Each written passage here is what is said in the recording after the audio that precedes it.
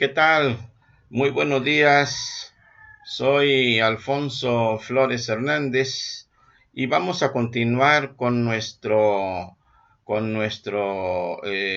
espacio en tanto el tema, los tópicos existenciales y que, bueno, de los 4 temas que habíamos abierto en el vídeo pasado, que fueron el que es existir, los modos de llegar a ser, la contestación y la contingencia. Tocamos el punto número 1, que es el que es existir, y lo dejamos inmediatamente de lado, para entonces abordar estos últimos 3 tópicos. Para poder ver estos tópicos, tengo a la mano el libro de El Yo Dividido. Aquí está, El Yo Dividido de Ronald D. Line, ¿sí?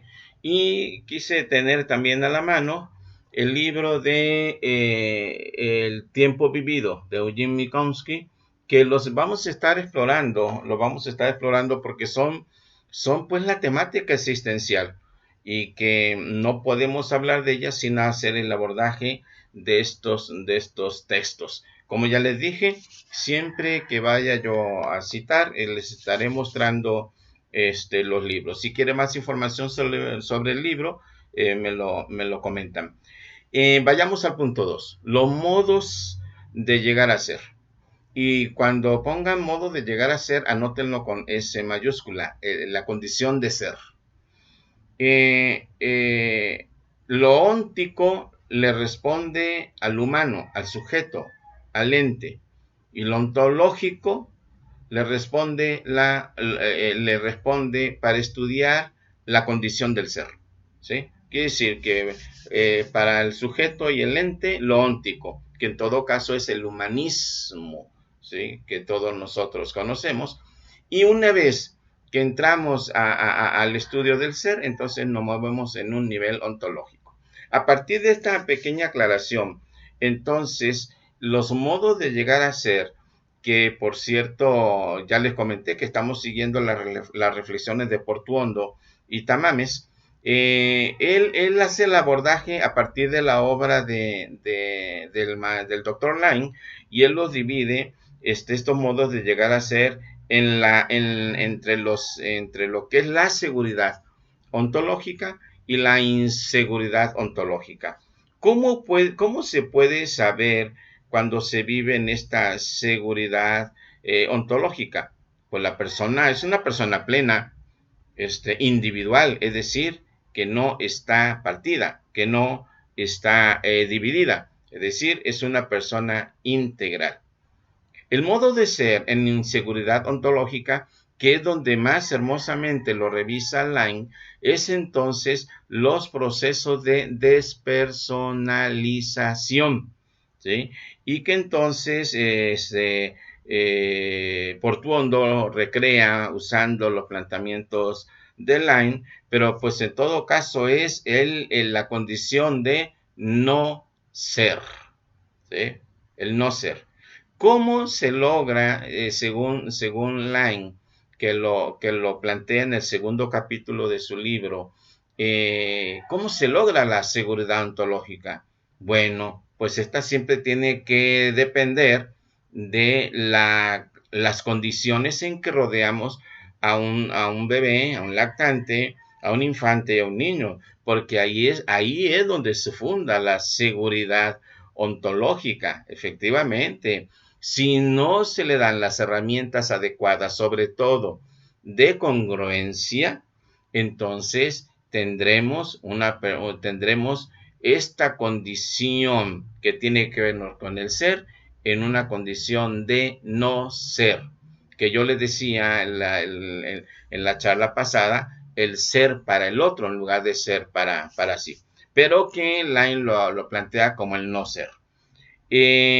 Por supuesto que una persona que vive en inseguridad ontológica no remite a la angustia existencial, ¿sí? Que es muy diferente a la angustia neurótica. La angustia neurótica ve hacia el pasado. La angustia existencial ve hacia lo posible, hacia el futuro. Y en todo caso, la traición de sí por no acudir a la posibilidad. Son angustias totalmente diferentes. Tal vez la somatización es la misma, pero la perspectiva es totalmente diferente. Este es un tema hermosísimo. En segundo, en el tercer punto es la contestación. El humanismo que surge en la época del romanticismo, pues, y alcanza su mayor esplendor en finales del siglo XIX y principios del siglo XX, le responde, le contesta a la pregunta, pues, ¿dónde está el hombre? Y entonces dice, aquí está. ¿Se acuerdan de René Descartes? ¿Sí? René Descartes pone por primera vez al hombre, por ejemplo, pensante. Es decir, hay un surgimiento del hombre por fin pensante. Son las formas en que luego este humanismo, el romanticismo, le responde en esta pregunta. ¿Dónde está el hombre? Y surge el hombre. Pero luego después no fue suficiente, porque el hombre fue sujeto de tiranías políticas, industriales,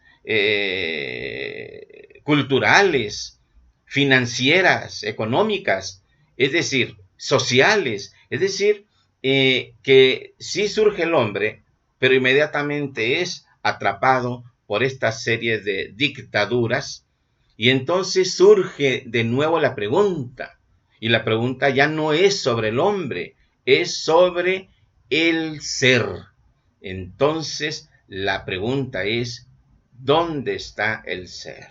¿Se dan cuenta qué hermoso? En el siglo XIX, Marx inicia a contestar esta pregunta, ¿sí? Pero no fue suficiente. Tiene que llegar en el siglo XX todo este bagaje de pensamiento existencial, ¿sí?, para poder contestar a esa pregunta. Contestar la pregunta es nuestra tarea, como pensadores, como filósofos, como científicos, como escritores, como literatos, ¿sí?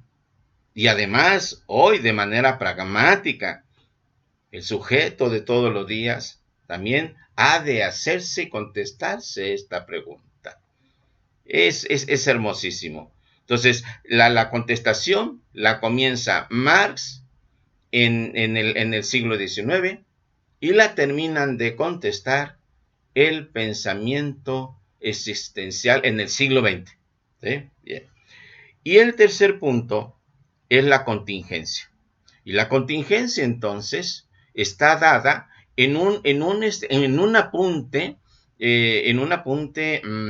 trágico, dramático, mostrando entonces la decadencia, que luego ya hablaremos de este punto, llegando entonces a descubrir a un hombre, al humano, abandonado de sí mismo, alienado, en un total descuido de sí. Planteamiento, por cierto, hecho por Martin Heidegger, ¿sí?, que su gran tema filosófico, cierto, es el tiempo, ¿sí?, pero el gran tema para la vida cotidiana es el cuidado de sí.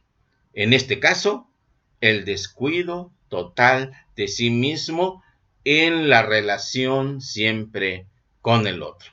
Como verán, estos tópicos son muy ricos. Tal vez hay que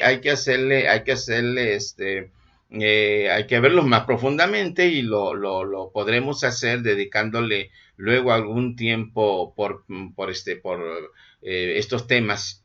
Por ejemplo, nomás en la alienación, pues nos lleva otro espacio. Así es que lo dejo entonces. Ahora sí ya cubrimos los 4 tópicos, que fueron el qué es existir, los modos de llegar a ser, la contestación y la contingencia. Nos vemos pues en en el siguiente espacio con nuevos temas sobre la visión existencial y la psicoterapia existencial.